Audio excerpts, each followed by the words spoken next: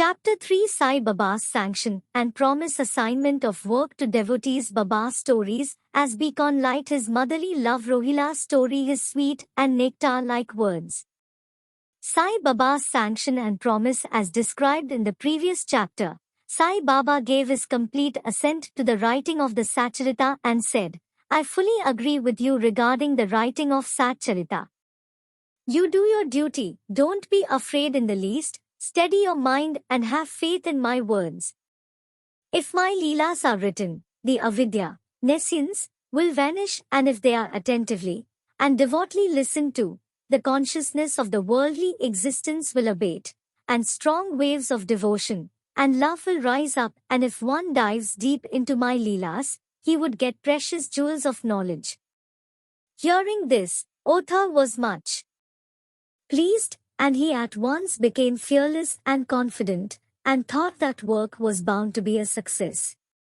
Then turning to Shama, Madhvarav Deshpande, Sai Baba said, "If a man utters my name with love, I shall fulfill all his wishes, increase his devotion. And if he sings earnestly my life and my deeds, him I shall beset in front and back and on all sides. Those devotees who are attached to me, heart and soul, will naturally feel happiness when they hear these stories. Believe me that if anybody sings my leelas, I will give him infinite joy and everlasting contentment. It is my special characteristic to free any person who surrenders completely to me, and who does worship me faithfully, and who remembers me, and meditates on me constantly. How can they be conscious of worldly objects and sensations, who utter my name, who worship me, who think of my stories and my life, and who thus always remember me? I shall draw out my devotees from the jaws of death. If my stories are listened to, all the diseases will be got rid of. So, hear my stories with respect, and think and meditate on them, assimilate them. This is the way of happiness and contentment. The pride and egoism of my devotees will vanish, the mind of the hearers will be set at rest, and if it has wholehearted and complete faith, it will be one with supreme consciousness.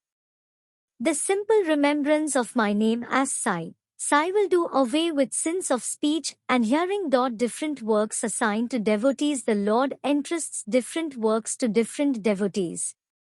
Some are given the work of building temples and mats, or ghats, flight of steps, on rivers. Some are made to sing the glories of God, some are sent on pilgrimages, but to me was allotted the work of writing the satcharitra. Being a jack of all trades but master of none, I was quite unqualified for this job. Then why should I undertake such a difficult job? Who can describe the true life of Sai Baba? Sai Baba's grace alone can enable one to accomplish this difficult work. So, when I took up the pen in my hand, Sai Baba took away my egoism and wrote himself his stories. The credit of relating these stories, therefore, goes to him and not to me. Though Brahman by birth, I lacked the two eyes, i.e. the sight or vision, of Shruti and Smriti, and therefore was not at all capable of writing the satcharitra, but the grace of the Lord makes a dumb man talk, enables a lame man to cross a mountain. He alone knows the knack of getting things done as he likes. Neither the flute nor the harmonium knows how the sounds are produced. This is the concern of the player. The oozing of Chandrakant jewel and the surging of the sea are not due to the jewel and the sea but to the rise of the moon. Baba's stories as beacon light lighthouses are constructed at various places in the sea to enable the boatmen to avoid rocks and dangers and make them sail safely. Sai Baba's stories serve a similar purpose in the ocean of worldly existence. They surpass nectar in sweetness and make our worldly path smooth and easy to traverse. Blessed are the stories of the saints.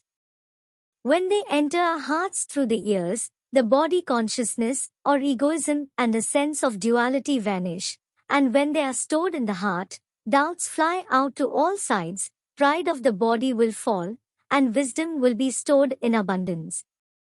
The description of Baba's pure fame, and the hearing of the same, with love, will destroy the sins of the devotee and, therefore, this is the simple sadhana for attaining salvation. The sadhana for Krita age was Shamdma, tranquility of mind and body, for Treta age, sacrifice, for Dvapara, worship, and for Kali, present age, it is singing of the name and glory of the Lord. This last sadhana is open to all the people of the four varnas, Brahmins, etc. The other sadhanas, viz.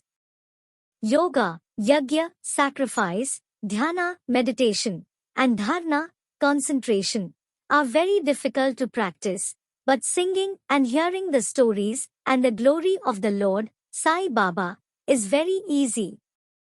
We have only to turn our attention towards them. The listening and singing of the stories will remove the attachment to the senses and their objects, and will make the devotees dispassionate, and will ultimately lead them to self-realization.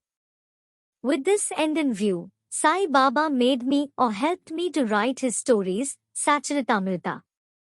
The devotees may now easily read and hear these stories of Sai Baba, and while doing so, meditate on him, his form, and thus attain devotion to Guru and God, Sai Baba, get detachment and self-realization.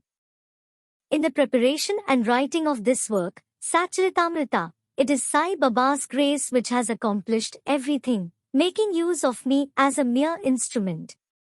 Motherly love of Sai Baba. Everybody knows how a cow loves her infant calf.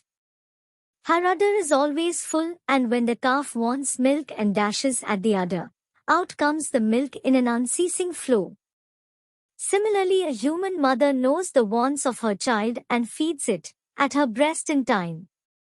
In case of dressing and adorning the child, the mother takes particular care to see that this is well done. The child knows or cares nothing about this, but the mother's joy knows no bounds when she sees her child beautifully dressed and adorned. The love of mother is peculiar, extraordinary, and disinterested, and has no parallel. Sadgurus feel this motherly love towards their disciples. Sai Baba had this same love towards me, and I give an instance of it below. In 1916 AD, I retired from government service. The pension that was settled in my case was not sufficient to maintain my family decently. On Guru Purnima, 15th of Ashadha, day of that year, I went to Shirdi with other devotees.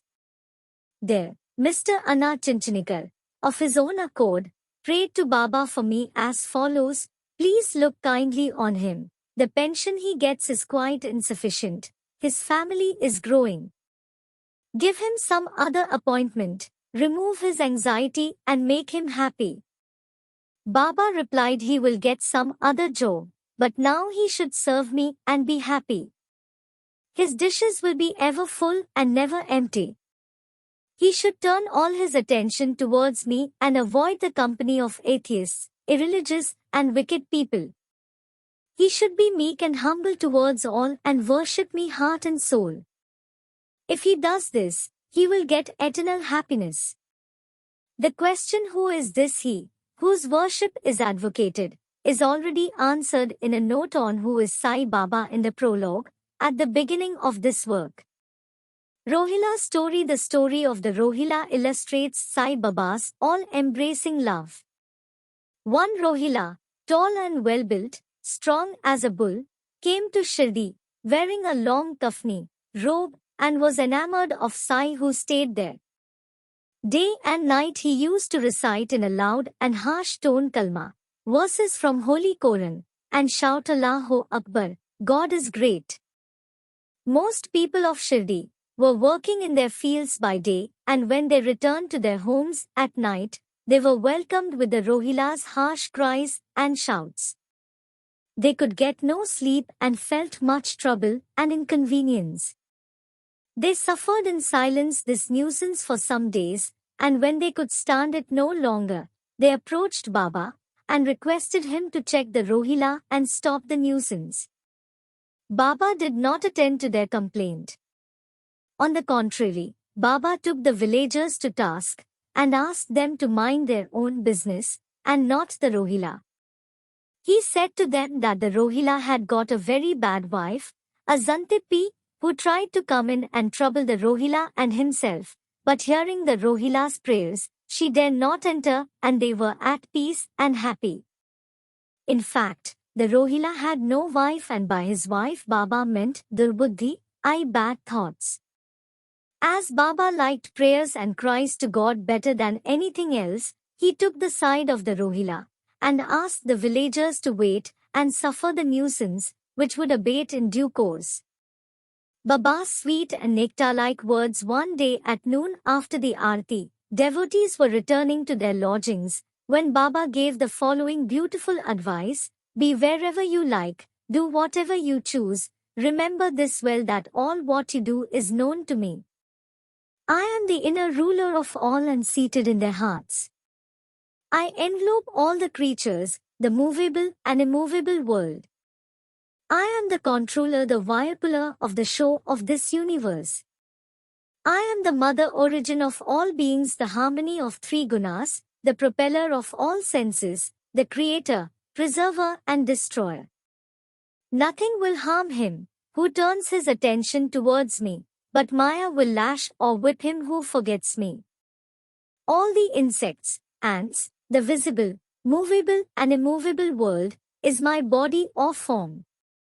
Hearing these beautiful and precious words, I at once decided in my mind to serve no man henceforward, but my Guru only. But the reply of Baba to Anna Chichanika's query, which was really mine, that I would get some job, began to revolve in my mind, and I began to think whether it would come to happen. As future events showed, Baba's words came true and I got a government job, but that was of short duration. Then I became free and solely devoted myself to the service of my Guru Sai Baba.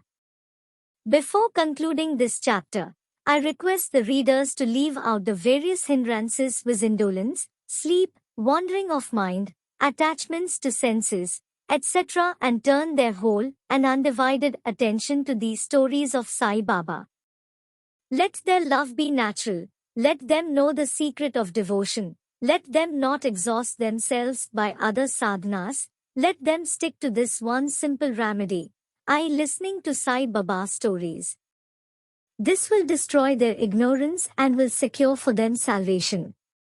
A miser may stay at various places, but he always thinks of his buried treasure.